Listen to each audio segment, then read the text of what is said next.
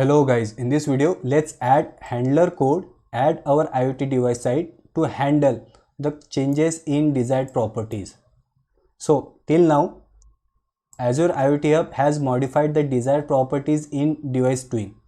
But how device will come to know that a desired property has been changed and that means that device it needs to act on it, right? So for example, IoT Hub may set the desired property as default temperature is equal to 24. So that means this information should be conveyed to the device and device should set default temperature as 24. I mean that's the ultimate goal, right? Device should come to know that desired property has been changed by IoT Hub and it needs to act accordingly, right?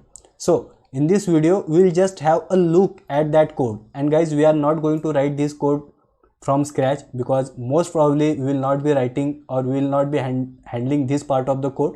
Okay, so anyway we will have a look at this part of the code, which again will run at device side when the desired property is changed. But again devices, that is IoT devices, they are managed by embedded developers team, so again that is a separate team, so they will handle this part of the code at device side. And again programming language used in this device, it might be different, and of course it will be different, but we are just having this demo so that you should have a feel that devices they come to know whenever desired property is changed. So guys, again we are in Azure portal. Let's open our IoT Hub, devices,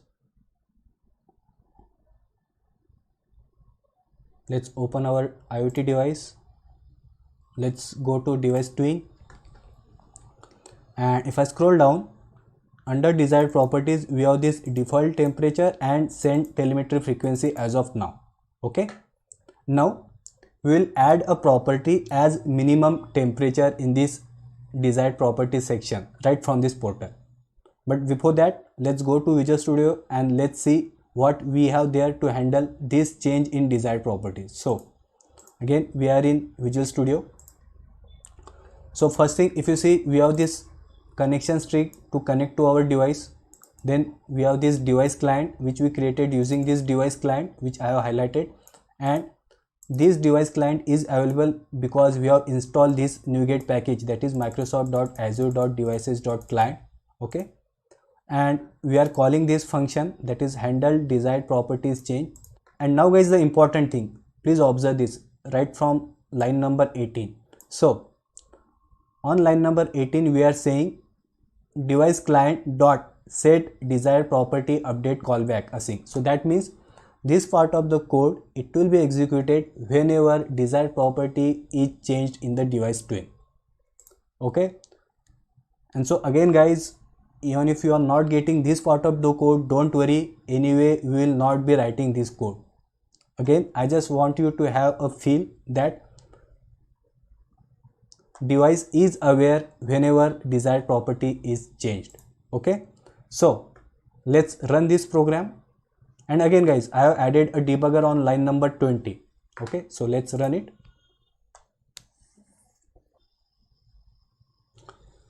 So our program is executing and it is now listening for the desired property to get changed. So let's again go to the Azure portal, and again we are in this device and we have opened the device twin, and now I will add this property, that is I will say minimum temperature, and here I will say it's 16. Let's add a comma, and now let's save it. So guys, if you see, immediately the debugger has been hit, and if I take my mouse to this desired variable and if I expand it and if I go to result view, I can see three values, that is default temperature, send telemetry frequency which were already there, and this minimum temperature which we just added.